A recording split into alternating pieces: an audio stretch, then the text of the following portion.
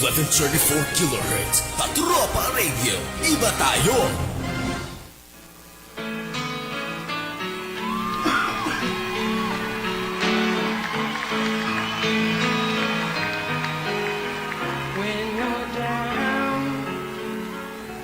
Sa bawat paglipas ng araw, hatid ng pagtubok ng magpromesa na ay sumisira sa magandang pangarap.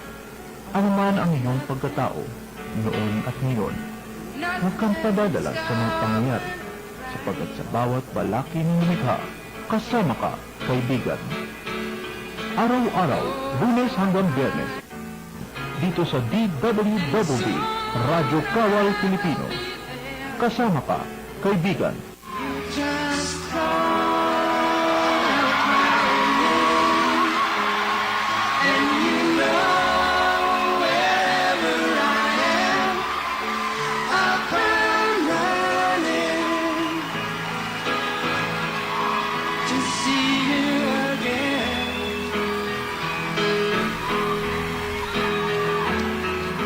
Winter, spring, summer, or fall.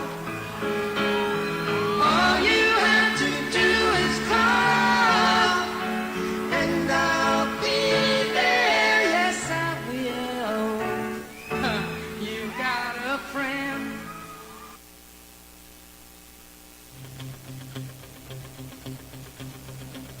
All you have to do is call my name and I'll be there. Magandang gabi, Luzon, Mega Manila. Naririto na naman po ang ating palatuntunan. Kasama ka, kaibigan. Ang palatuntunan kasama ka, kaibigan, ay ang palatuntunan po ng Sudalo May K para sa bayan. Ito po yung kaibigan, ang balagkaste ng bayan, Romualdo Constantino San Pascual po. Kasama po natin po naman Technical Director, Sergeant Dexter Orata, Philippine Air Force. Magandang gabi sa ating Group Commander, Major Alvin M. Maneja, Philippine Army. Deputy Group Commander, Captain Station Manager, Captain Aldrin Almendras, Philippine Army. Sa ating Commander si RSRP, Major General Benvenido Datuin Jr., AFP.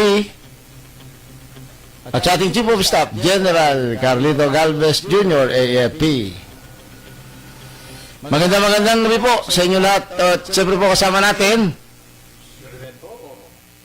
Okay.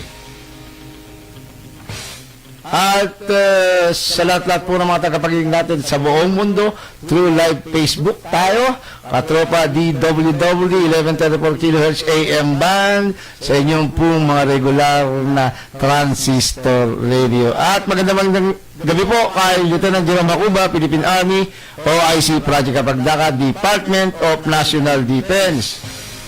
At sa lahat po ng mga kasama natin sa Katipunan ng mga Kawalan ng Kapansanan Incorporated, sila Captain Oscar J. Talon, Philippine Navy Retired, Colonel Augusto Flores, Philippine Army Retired.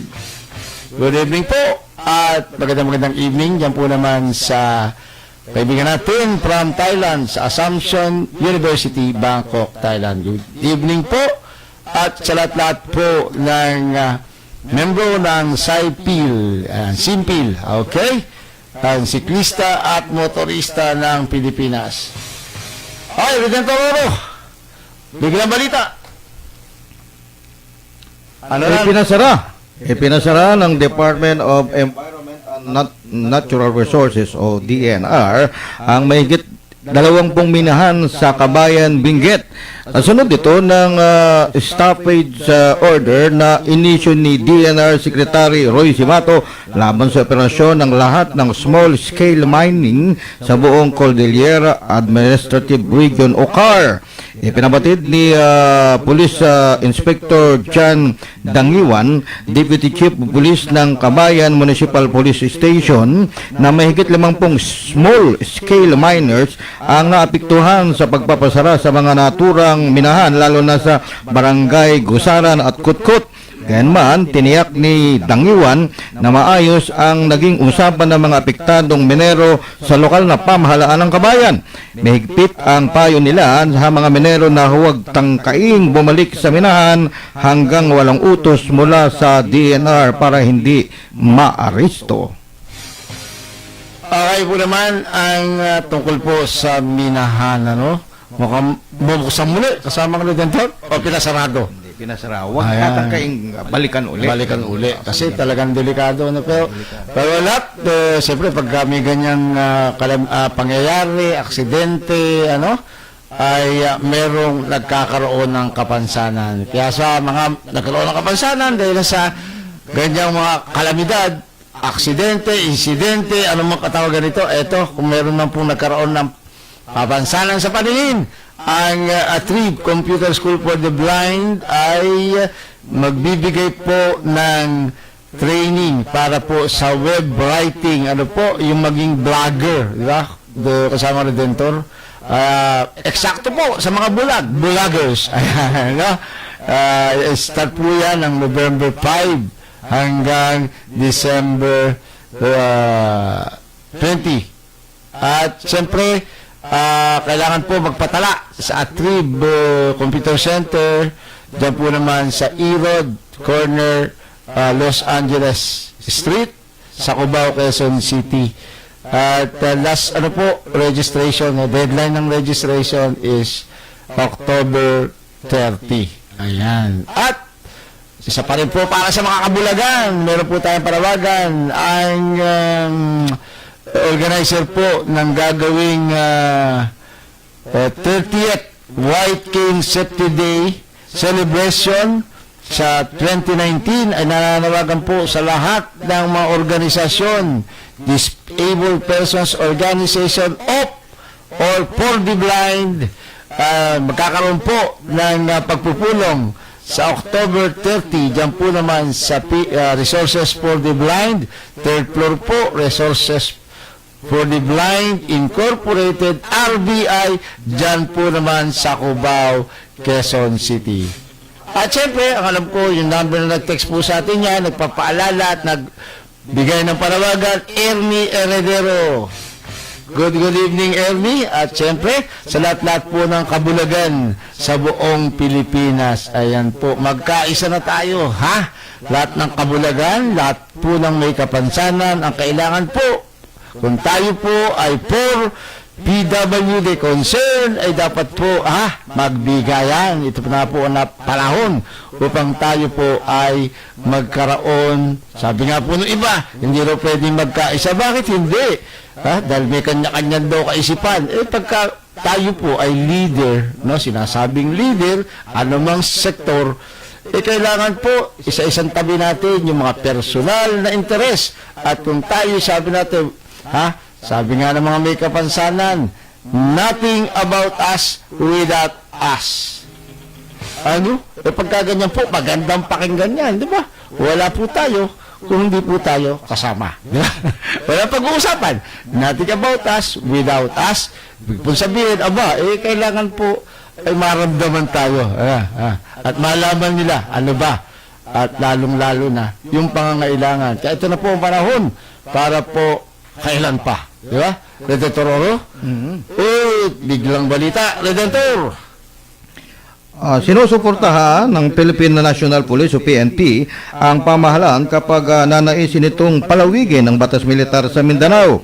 Sa isang pulong balitaan, binanggit ni PNP Chief Director General Oscar Albayalde na wala siyang nakikitang masama kung ipag-utos ni Pangulong Duterte ang pagpapalawig pa muli sa batas militar sa Mindanao. Binanggit niya na maraming bagay ang isaalang-alang ng Pangulo nang isailalim nito sa batas militar ng Mindanao noong nakaraang taon kasunod ng narin ng Marawi Surge Incident.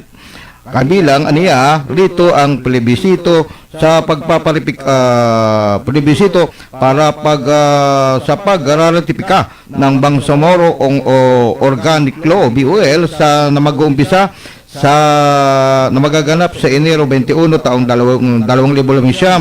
Ang plebisito ay mag-uumpisa ng Disyembre 7, 1999 taong 2018 hanggang Pebrero 5, taong 2019 ayon sa Comelec on Election o Comelec. Okay po naman ang ating biglang balita, Redentor Oro. Okay, at alam mo, kasama Redentor, magandang pag-usapan no? Yung, yan nga, panawagan natin sa lahat-lahat ng mga may kapansanan, lalo na yung mga kabulagan. October 30, may pagpupulong po sa RBI, Resources for the Blind Incorporated, dyan sa Cubao, Quezon City, RBI. Tapat po ng farmers yan. Alam na alam po ng mga tao yan dyan. Pagtalong lang nyo po yung RBI, nasa third floor, no? At magkakaroon po ng pulong-pulong para sa paghahanda sa gagawin po ika-30 taon ng White Cane Safety Day Act. Aba, kailangan meron na yung magandang implementasyon at dapat alam na ng tao yan. 30 taon na pala no? Sino ba nagkulang dyan? Tanong natin, sino ba nagkulang? Alam po, lead agency dyan, Department of Education. Iyan. Ano? Redentor Oro, kaya kailangan ito ay 30 taon. Sipin mo na. Matagal na, no? Dapat alam na ng bawat mamamayang Pilipino, pag may hawak ang puting baston, ito ay para sa bulag. Bulag ang mga may hawak na, hindi po ito, pag nakakita po kayo ng walking cane, iba po yun. Walking cane, gumagamit po niyan yung mga may kapansanan, no? Sa paglalakad. Ayan, kailangan po ng suporta sa kanilang paglakad. White, yun po yung walking cane, ang tawag po doon. Yung saklay po, yung crutches, ito po naman yung gamit din ng mga may kapansanan sa paglalakad. Ano? At pag white cane ang nakita nyo, kaya po natin nabanggit, isipin nyo po, ngayon ko lang po nalaman, ika-30 taon, 30 taon, Redentor, White Cane Safety Day Act ay naisa batas at inoobserbahan tuwing taon-taon yan. August 1, Redentor. August 1. August 1, White Cane Safety Day Act o White Cane Safety Day Celebration. Sana pagdating ng 2019 dahil sa maagap na paghahanda ng ating sektor ng mga kabulagan. Ay, yung iba ay pampatawag ng bulag. Yan, tatawag sa atin, bulag. Yan, dapat. Tatapin natin, pag English, blind. Kailangan po bang... Kasi po, pag tanggap mo, alam ba, ano man ang kapansanan mo, di ba? Katulad nila dito, kapansanan nito, gwapo. Ayan di ba? Tanggap po niya, di ba? Kaya kayong mga may kapansanan, wag na po nating padaanin pa sa daming salitang, dapat ganito itawag sa amin, Yung meron pang special. Ang special po yung mga special sioma, special mami, may itlog po yun. Di ba?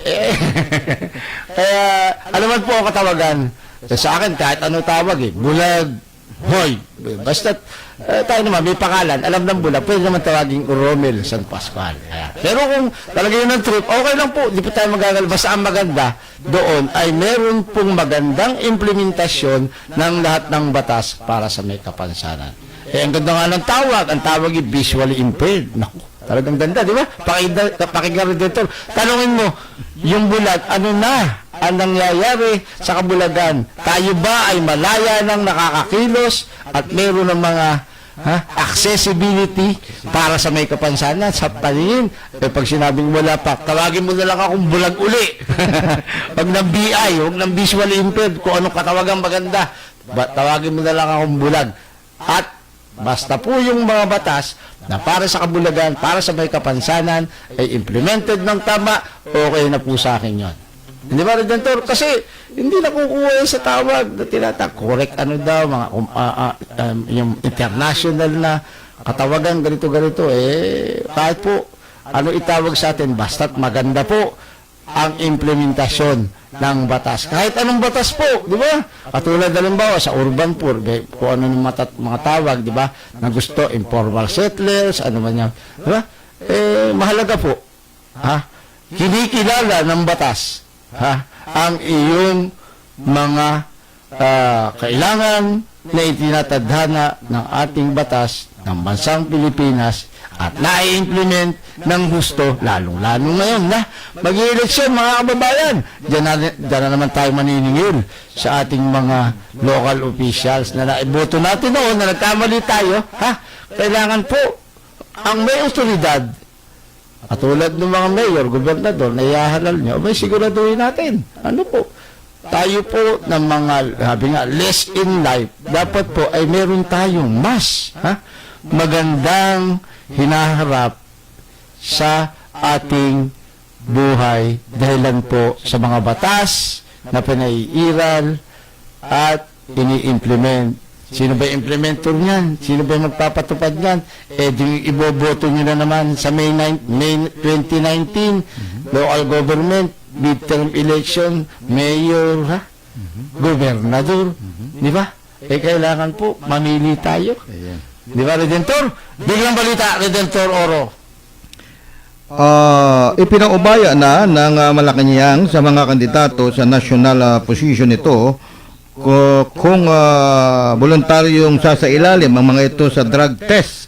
Sinabi ni Chief Presidential Legal Counsel at President Spokesman Secretary Salvador Panelo na meron ng desisyon ang Korte Suprema na hindi maaaring gawing mandatory ang drug testing sa mga kakandidato sa national position tulad ng pagkasenador dahil hindi naman ito kasama sa mga nakasaad sa saligang batas.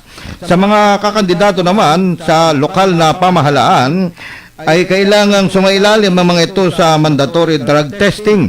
Dagdag pa ni Panelo, bahala na ang taong bayan na humusga sa mga kandidatong hindi sa ilalim sa voluntary drug testing dahil sakaling umayaw ang mga isang kandidato sa drug testing ay siguradong magdududa ang mga botante. Ipinaliwanag nitong posibleng mayroong itinatago ang isang kandidato kung hindi sa ilalim sa voluntary drug testing. Unang iniulat na planong isailalim ng PDEA sa drug testing ang mga kandidato, ngunit hindi na ito itunuloy dahil sa malalabag nito ang probisyon ng Korte Suprema.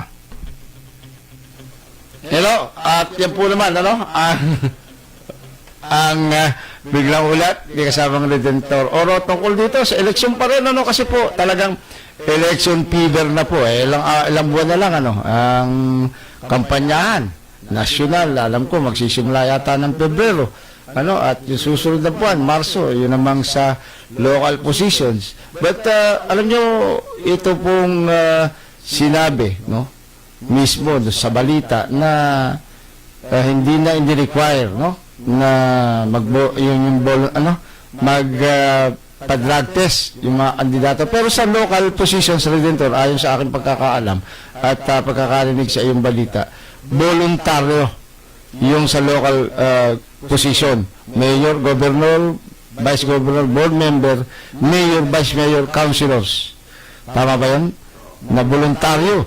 Sana, kung voluntaryo din, siyempre, pagka sinabing voluntaryo, dapat po dyan. Yung hindi nag-voluntaryo na magpa-drug test, publish din sa kanyang lokalidad para ang tao mag-isip, makapamili. Bakit ayaw magpa-drug test nito? Hindi ba? Hindi naman ibig sabihin, ang katwiran ni Mayor, kaya ayaw ko magpa-drug test kasi takot ako sa karayom. Hindi naman po yata ginagamitan ng karayom yun. Di ba? Sa ihi lang, di ba? So, siguro, ano po ang katwiran natin? Kayong mga kandidato para mag-voluntaryong magpa-drug test. Yun po, sana, isusog din ni Secretary Salvador Panelo, di ba, na voluntaryo. Kailangan, huwag voluntaryo at dapat ipaalam sa mamamayan. Halimbawa, sa bayan ng Timbuktu, hindi na drug test yung kandidatong mayor, yung dalawa. Mismo, yung dalawang mayor na to, hindi nagpaano. Kailangan malaman ang taong bayan yan. Sino yung pipiliin na? Pareho hindi nagpa-drug test Redentor.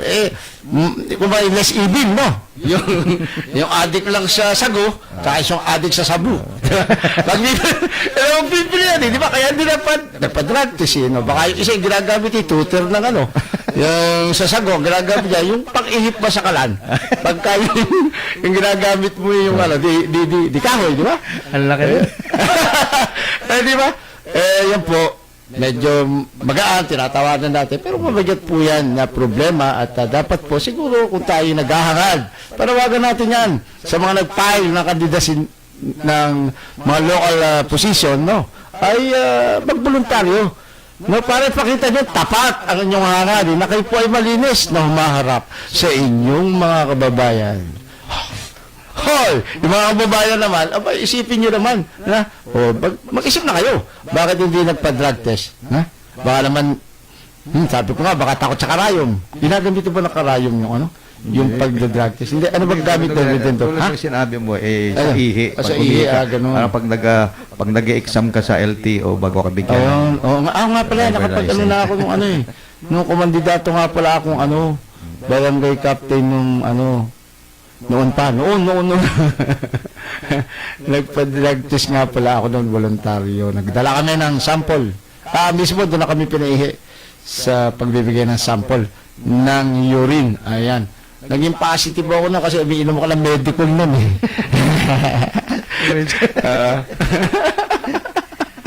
Ayan po, no? Kaya, kung talagang tunay po ang hangarin sa bayan, aba, submit yourself sa voluntaryong drug test po natin. Okay, Redentor Oro, biglang ulat. Nangangamba ngayon ang mga may-ari ng mga palaisdaan o lalong palaisdaan ng bangos sa Dagupan City, sa lungsod nga ng Dagupan, dahil sa matinding kakulangan ng supply ng bangos. Ito mismo ang inihayag ni City Agriculture Technician Rolly Dulay sa isang eksklusibong panayam. Ayon sa opisyal, ilang mga may-ari ng palaisdaan ng bangos sa syudad ang tila nalulugi na dahil sa kakapusan ng supply ng bangos ay maaari pa aniyang tumagal at maramdaman hanggang Disyembre ngayong taon. Ang ilan pa sa mga aniya o ang ilan pa nga aniya sa mga ito ay inaani na ang kanilang mga alagang bangos kahit pa maliliit pa ang mga ito. Samantala, inahayag din ng opisyal na bagamat normal ang pagtaas ng presyo ng bangos sa pamilihan dahil na rin sa pabago-bagong panahon, aminado ito na magdudulot ito ng epekto sa kita ng mga may-ari ng palaisdaan ng bangos sa Dagupan City. Kaugnay nito, ipinangako ni City Agriculture Office na lalo nilang paigtingin ang isinasagawang monitoring sa presyo ng bangos sa pamilihan upang walang manamantala sa sitwasyon.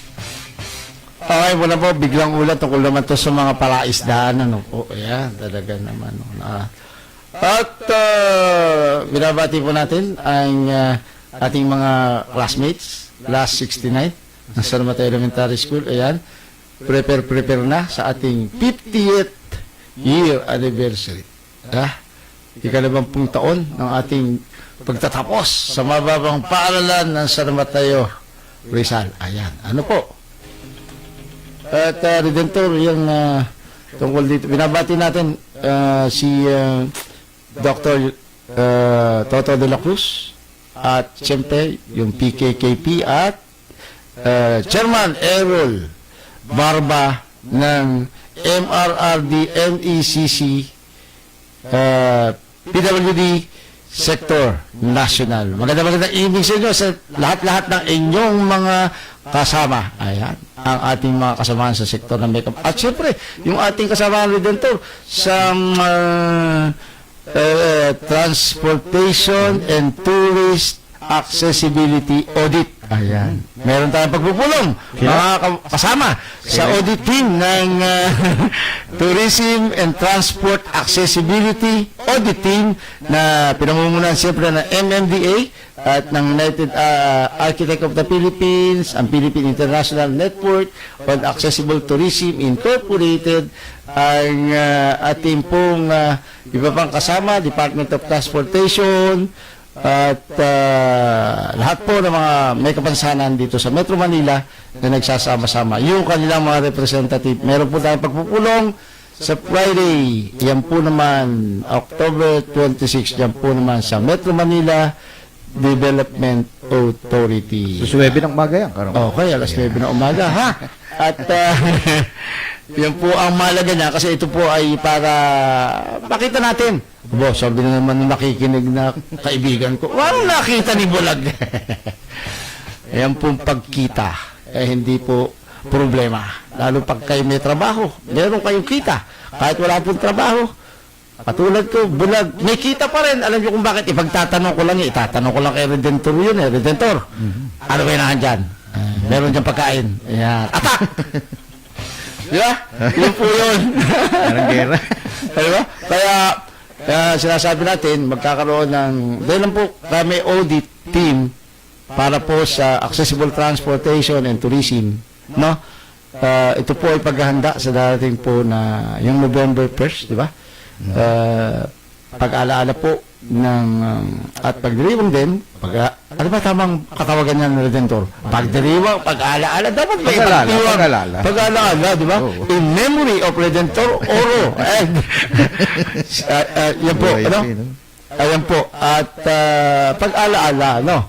Kasi pagdiriwang mo ba yung mga namatay? Hindi naman. Parang kang natuwa na mga namatay. No? Yeah. Kaya dapat po yan pag-alaala, yung Opland kaluluwa nung araw, mga ganyan, yung mga sama-sama ng ating mga nasa pamahalaan, departamento ng pamahalaan para maging ligtas ang pag-alaala sa araw po ng mga patay, no? At yan po, preparasyon din ng sektor na may kapansanan at sa pakikipagtulungan po, nabanggit natin, MMDA, United Architect of the Philippines, Department of Transportation, LTFRB, LTO, at mga non-governmental organizations at yung Persons with Disability Organization. At sabi nga kanina, nakita ko sa group chat, yung PINATI ay dapat malagay din yung kanyang yung Philippine International Network on Accessible Tourism Incorporated. Kita niyo, pati turismo dapat accessible.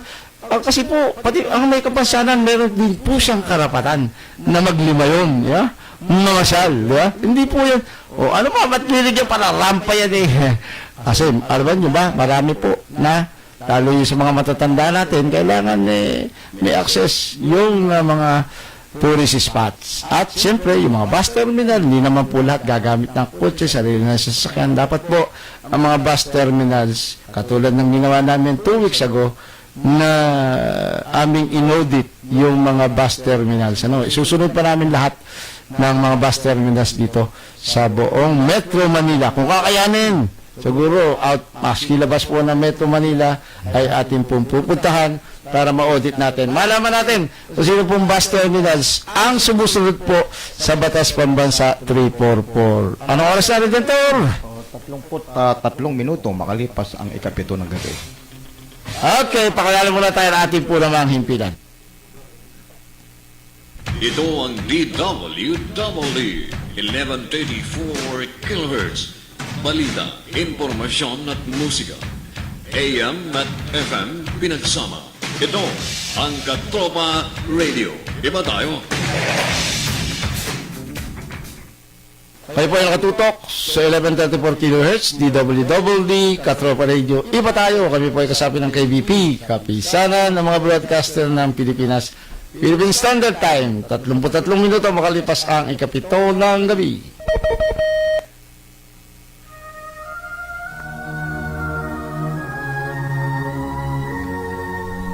I am a Filipino soldier.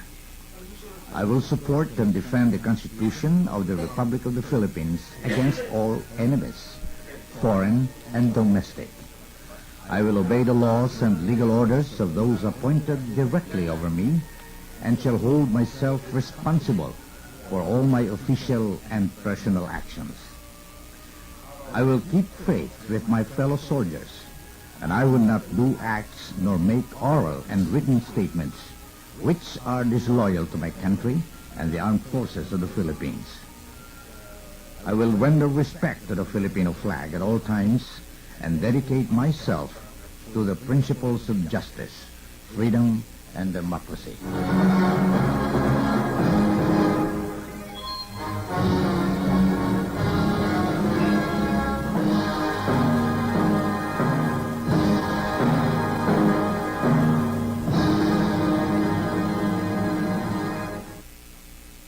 The Philippine Army soldier, defender of the homeland, sentinel of freedom, partner in nation building. On the line 24 hours a day. Count on him. A message brought to you by the Philippine Army, OPSBIA, KBP, and this station.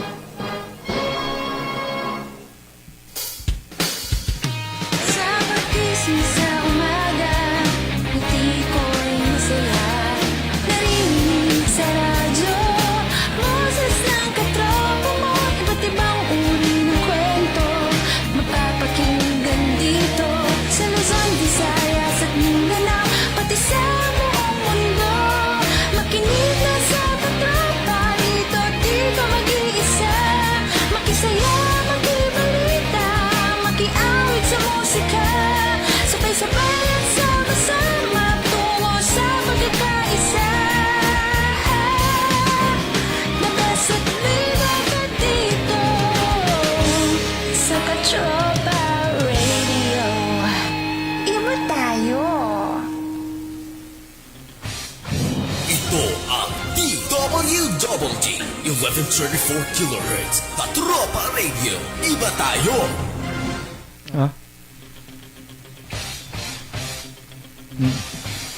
Narinig. Okay, muli po tayo nagbabalik sa ating palatuntunan kasama mga kaibigan. Tayo po ay nasa ikalawang yugto na. At kasama po rin po natin ating po naman Technical Director and Sergeant Dexter Urata, Philippine Air Force. At syempre, Redentor Oro. Bati. Maligayang pakikinig. Samahan niyo po kami ni Caramel hanggang ikawalo ng gabi. Yes, at ito pa rin po ang inyong kaibigan ng Balagcastro ng Bayan, Romualdo Constantino sa Pascual po. Balikan po natin. At syempre, pagbati muna, binabati natin Dr. Ayong Lorenzo ng EDL Group of Companies at syempre si Manny Berbano, ang COO ng EDL Group of Companies at yung classmate ko, si Engineer Epi D. Lorenzo. Magandang evening, Sir Engineer Celso Montalya. Magandang evening, Engineer Boying Anolin. At yan po, sila Emil Concepcion, dating taga-SS, sila Boogie Manuel. Magandang evening, Architect Redol Campus. Magandang evening sa inyong lahat. At siyempre, yung classmate ko ng high school, class 73.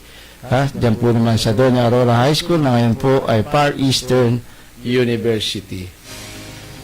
Okay, Redentor Oro, ayan, ang iyong biglang ulat. Matapos ang 40 taong pananahimik, masusi ngayong pinag-aaralan ng pamahalaan ang posibilidad na pagtatayo ng nuclear power plant sa ilang lugar sa bansa o sa Pilipinas. Inamin na ang Pilipinas ay isa sa may pinakamataas na bahalaga ng enerhiya sa Asia at nag-iisip ang Duterte administration ng mga paraan upang mapababa ang halaga ng kuryente. Paliwanag pa niya ang tanging maasahan at abot kayang mapagkukunan ng kuryente ay ang nuklear. Subalit hindi aniya, ito nangangahulugan na bubuhayin ang Bataan Nuclear Power Plant o BNPP, kundi magtatayo rin sa iba pang mga lugar sa bansa. Sa ilalim ng rehimen ni dating Pangulong Marcos, ang $1 bilyong na nuclear plant ang itinayo, subalit nabigong makapag-produce ng kuryente dahil sa mahigpit na pagtutol ng publiko. Ayan ang biglang ulat po ni kasamang Redentor. Alam niyo po, bakit? Siguro bago magtayo, ng panibago, andyan naman yung di ba? Bataan Nuclear Power Plant, BNPP, na parang, ba tawag doon, sabi nga nila, white elephant, yung parang walang silbi, ginastusan ng gobyerno, di ba? So, siguro, mas magmamaterialize agad, at magiging magagamit yung ginastusan ng gobyerno.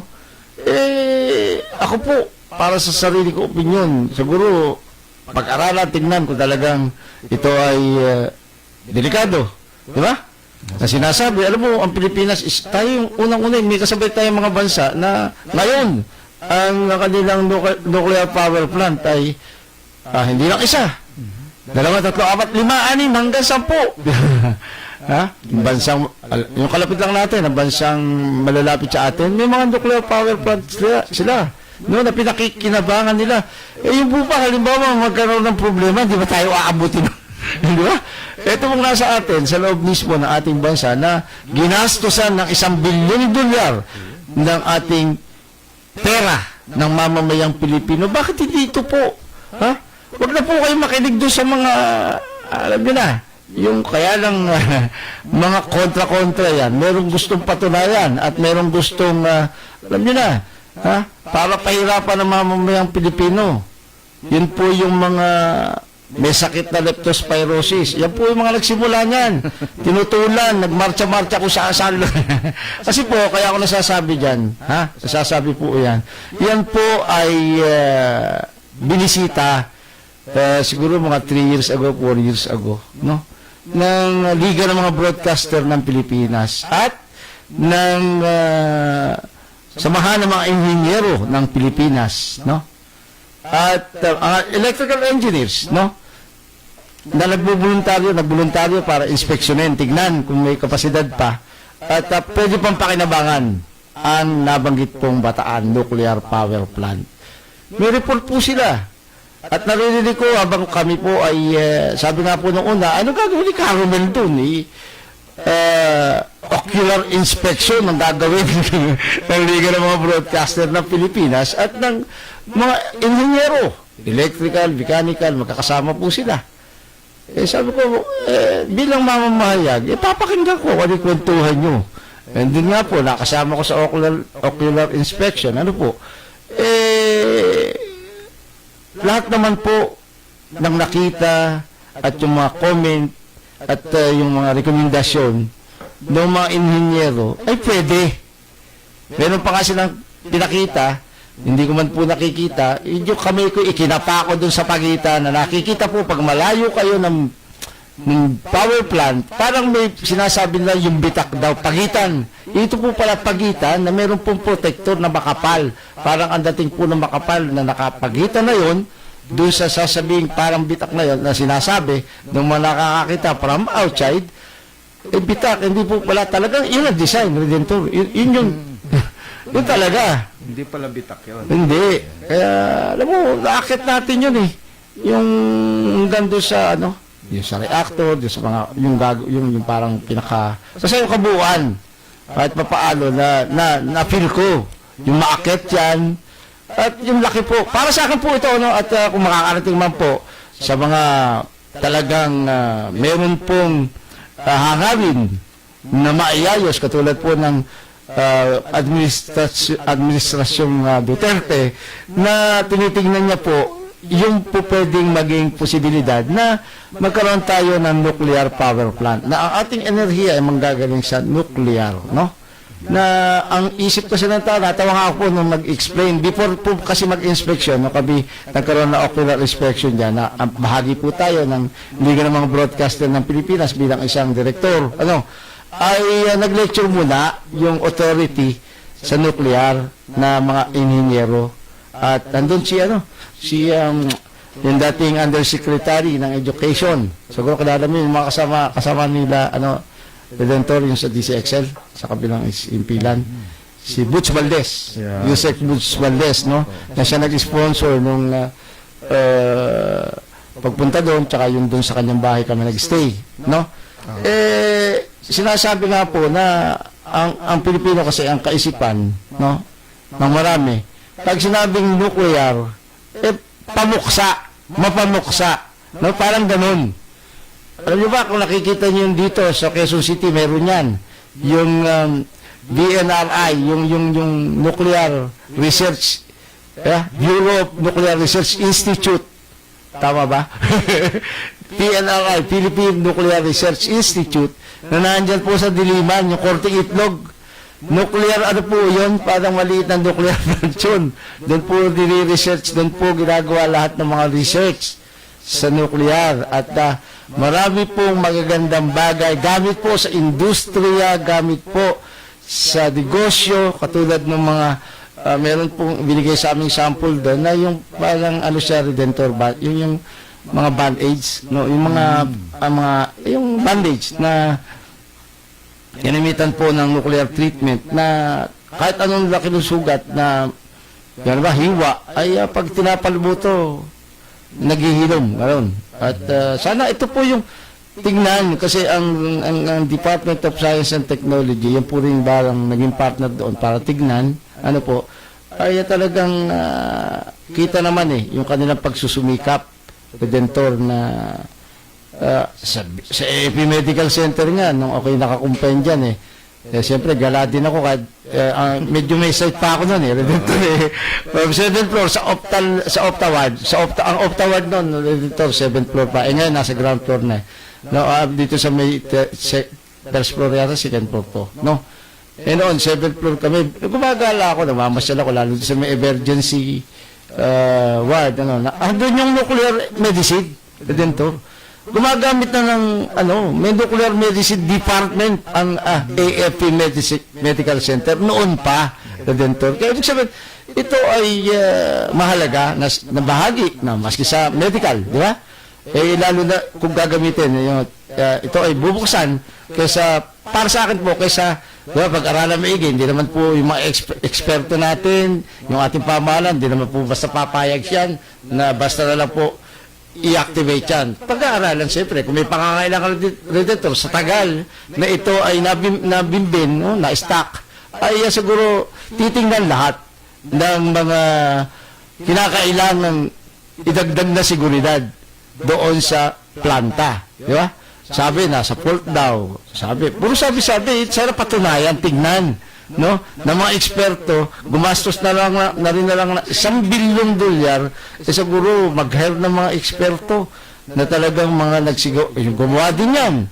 Yung mga nagpatuloy yung ng project na yan. Siguro meron pa diyang active pa sa nuclear research at dito sa pag-establish or pag-build ng nuclear power plant at yung mga sa ibang bansa na po pwedeng, di ba, atin pong pag-aralan din. At pagkatapos, pag yan ay napatakbo, unti-unti, magtayo na ng mga nuclear power plant sa iba't ibang bahagi. Isa sa Luzon, isa sa Visayas, isa sa Mindanao, Redentor, di ba? Di ba ba yung mga power supply natin na dadayuhin na tayo ng iba't ibang malalaking kumpanya na international, Redentor, di ba? Maalis din sa isip ng mga tao na pag sinabing nuclear, akala nila ito yung nuclear bomb, di ba? Doon lang. Ang nuclear energy po ay marami pong gamit. Yun, Redentor, di ba? Gamit, pati sa yung mga pag-preserve ng pagkain, ginagamit yan. Dito sa PNRI, yung mga research nila dyan, Philippine Nuclear Research Institute, kasi kaya natin alam yan, Redentor, meron nga sabi, paano science and technology yung pinag-uusahan, nagbit din po ako, para sa kalaman po ng marami, nagbit din po ako, nag-coverage din po ako dyan, sa Department of Science and Technology noon, na ngayon po ay Department of Science. Diba, Redentor? Siguro nakakasama, parang hindi kita nakasama noon, kasi sikat na sikat ka pa noon Yan po ang sinasabi natin, hindi po ito fake news, yung mga sinasabi natin, na experience po natin, at talaga naman po, dating tayong nagko-cover sa Department of Science. Ayan. At noon, music pa si Secretary de la Peña noon, music pa yan, undersecretary, napakabait na undersecretary niyan, Redentor. Kaya rose from the ranks yan, umangat, naging Department Secretary, no, na galing sa Hanay. Ano po yan? Organic ng Department of Science and Technology. Kausap ko yung Carmel, parang sing tao lang. Talaga sasabihin, babalan talaga. Ako, nakausap ko siya, pero hindi ko nakita. Yun ang problema ko. Kaya hindi ko masabi kung simple, pero sa way ng pananalita niya, mabuti at mahusay na tao sa akin. Yung doon kami bumabase. Doon sa mga boses, paano i-deliver yung salita, paano deliver yung salita, yung malumanay, no? Hindi yung basta, dito. Redentor? Caramel, bago nga ang lahat, Bakit bago ang lahat? Bago ang lahat. Nagpapasalamat nga pala ako doon sa dinaluhan kong isang event ang pangalan ng event, Caramel, nung Sabado, Acapella Open International. Ginamit ito, Caramel, sa CCP Theater. At mismong yung may-ari ng event na si Mr. Ryan Cayabyab pa yung nag-abot sa akin ng passes. Sa harap na harap mismo ng stage. Kaya ang inyong lingkod po ay naglibang nung gabi ng Sabado, ika-7 hanggang ika-9 at kalahati ng gabi sa ginanap ka ng Acapella Open International dyan sa CCP Theater, sa CCP Complex sa Pasay City. Salamat, Mr. Ryan. Yes, congratulations, Redentor Oro. Talagang kilala ka ni Mr. Ryan Cayabyab. Ha? Salamat. Angkas tayo dito po minsan-minsan. Sa stakes para tayo makalibre sa isang concert yun, no? Acapella. Pag sinabing acapella, wala itong Music. Yung mga boses musical, nila. instrument na nag-accompany, no? Ayan. Nag-accompany sa kanya. Ano lang to eh. Caramel, nagdag ka na rin. Gano'n. May magaganap na... Tapos, hindi pa kita nagbibigyan balita. Ay, biglang balita, Redentor Oro. Caramel, yun munang... Ay, sige, ito, biglang balita, no? Pinayuhan ng Malacanang ang mga pasahero na maghain ng motion for reconsideration para mapigilan ang pagtataas ng pamasahe ng pampublikong jeepney na nakatakdang ipatupad sa susunod na buwan nga itong Nobyembre. Idinihilan ni Chief Presidential Legal Counsel at Presidential Spokesman Secretary Salvador Panelo na dati nang nagbigay ng rekomendasyon ang National Economic Development Authority o NEDA sa Land Transportation Franchising and Regulatory Board o LTFRB na huwag munang aprubahan ang hiling na dagdag pasahe pero hindi ito pinakinggan ng huli. Maaari namang aniyang gumawa ng hakbangin ng mga tumututol sa taas pasahe sa pamagitan ng paghahain ng motion sa LTFRB. Aniya, nauna nang nagpaliwanag ang LTFRB na sa usapin ay nilinaw ng ahensya na binabalansin nito ang argumento ng mga operator ng pampublikong sasakyan at mga pasahero. Depensa pa ng LTFRB, magiging maliit lang ang epekto ng fare hike sa inflasyon ng bansa. Sa ngayon, aabot na sa 10 piso ang minimum fare sa jeep at aabot naman sa 13 pesos ang minimum na pasahe sa bus ayon sa inaprobahan fare hike ng LTFRB. Okay, biglang ulat tungkol po sa pamasahe. Naku, maraming apektado dyan, Redentor. Di ba, pagka pamasahe, yung pong, araw-araw, manggagawa natin na talagang minimum din ang pamasahe, minimum yung sweldo, minimum charge din sa pamasahe, pinag-uusapan. Minimum wage increase, pinag-uusapan din. Pero sana, bigyan din niya ng test ng NEDA. Binalanse. No, tama po yun. At sila nakakaalam dyan eh. National Economic Development Authority. Aba talagang mga pinag-aralan yan para payagan, halimbawa sa pagtataas ng pasahe, pati doon sa pagtataas ng mga minimum wage, no, pasweldo sa tao. Sila yung nag-aaral niya, binabase yan at kinukumpara doon sa mga bansa ng balanse talaga na yung walang lugi. Hindi lugi yung katulad sa pagtataas ng pamasahe, dapat makatuwiran para doon sa mga mananakay. Makatuwiran din doon naman sa mga operators and drivers, di ba? Kaya, wala naman pong problema eh. Kung balanse, okay yan, payag po tayo dyan, saludo po tayo dyan, ayos lang po yan. Ang mahalaga po rin, isa naman panawagan natin sa mga jeepney drivers, bus drivers, basta driver po ng public utility vehicles, no? Dapat po naman, humihingi po kayo ng increase, binigay na, yung serbisyo naman po sana. Alam mo, kahit mataas ang pamasahe, dahil naman binasa rin yan doon sa kakayahan ng mamamayan, sabi nga ng NEDA, di ba, ganun yun, may balanse, no?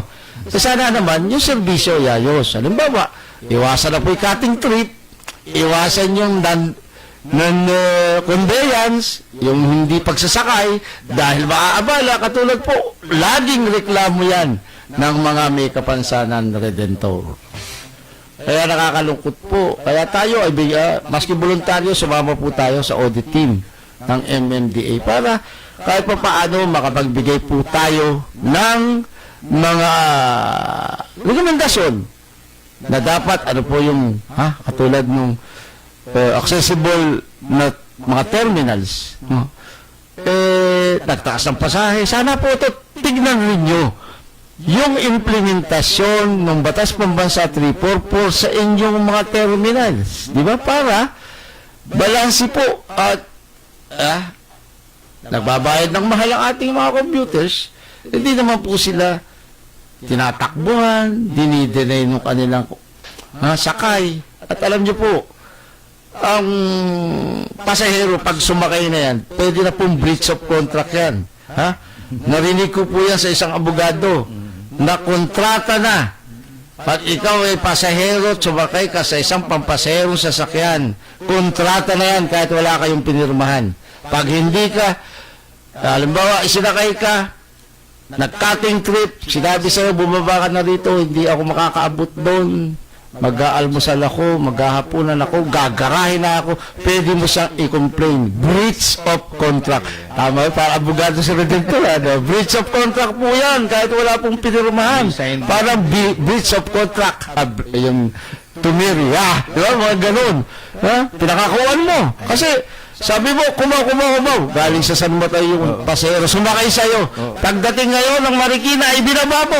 Breach of contract po yun. Usapan. Wala, hindi ko naman sa usapan. Pagtanong nyo po yan, kung baka akala nyo fake news, pagtanong nyo po, yung isang nag-broadcast dito, doon ko po narinig yan, kay attorney,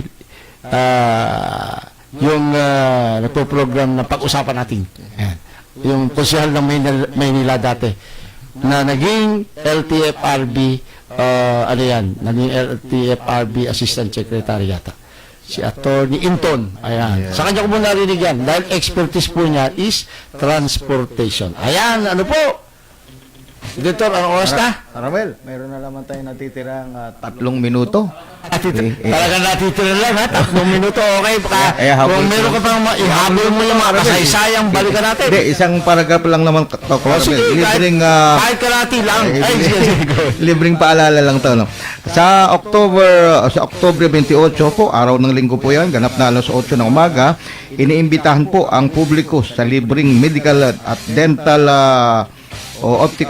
optical mission sa Kamuning Bakery Cafe kasama ang mga voluntaryong doktor at mga medical na kawani ng Chinese General Hospital na pinangunahan ng pilantropo at maalamat na music record king, walang iba kundi si Dr. James G. Dili. O yan, naanyayahan po kayo na pumunta sa isang medical mission dyan sa number 43 Kamuning sa Quezon City, o Judge Jimenez sa Kamuning, Quezon City. Libre po yan, alas 8 ng umaga po sa araw ng linggo yan, October 28. Okay, yun po naman ang panawagan ni Redentor Oro tungkol nga po dito sa isang medical mission, na siyempre sa pamamagitan po yan ni Dr. D, no? James G. James D. Kaibigan, parang kilala ko yan. Kaibigan niya tayo na Kuya Atong Balato. Yan yung ating ninong, no? Godfather, no? Sa Media Force, na talaga namang hindi nakakalimutan yan. Ang pagbibigay ng kasayahan para po sa ating mga membro, opisyalis ng Media Force ng Kuya Atong Balato. Talaga napakalakas eh. Media Force yan. Kaya isipin mo naman, James D. ang, di ba? Kaya marami pong mga public service ito, si Ginoong James D. na, talagang ramdam na ramdam natin ng ating pong mga kababayan yan. Alam mo, ang Chinese General, kung saan siya rin ang may-ari, di ba? Si Dr. James D.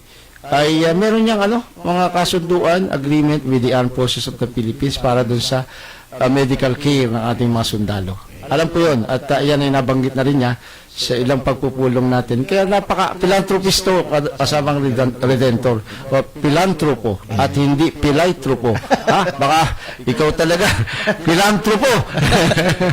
Yan po, yan po yung mga, pag sinabing philanthropist, philanthropo yung Tagalog, yan po yung mga mapagkawang gawa. Katulad po ng Redentor Oro, kawang gawa po ito. Pag may sumakay po, sa mga punong bus, abay talaga, ino-offer niya po yung upuan. Ayan. At pagka sa jeep naman po, talagang lumalabas yan para sumabit na lang, lalo't maganda. Maganda po ang pagkakadala doon sa bag na dapat po niyang hawakan para naman po hindi mahirapan ang taong pinagbigyan ng kanya po namang tulong. Ayun po yun, di ba? Redditor Oro. Alam na ako, Karamel. Hindi, maaga pa, Redditor. Ikaw talaga. Kamusta tayo? Ako po ang iyong lingkod, Redentoro, na muling nagpapasalamat sa pagsama sa programa namin ni Karamel kasama kaibigan. Maraming salamat po sa inyo lahat. Yan po naman. At siyempre, sunod na rin po tayo magpapaalam. Pansamantala pa. At ang tawag po sa palatuntunan Pilipino muna ng Kuya Atong Balatong.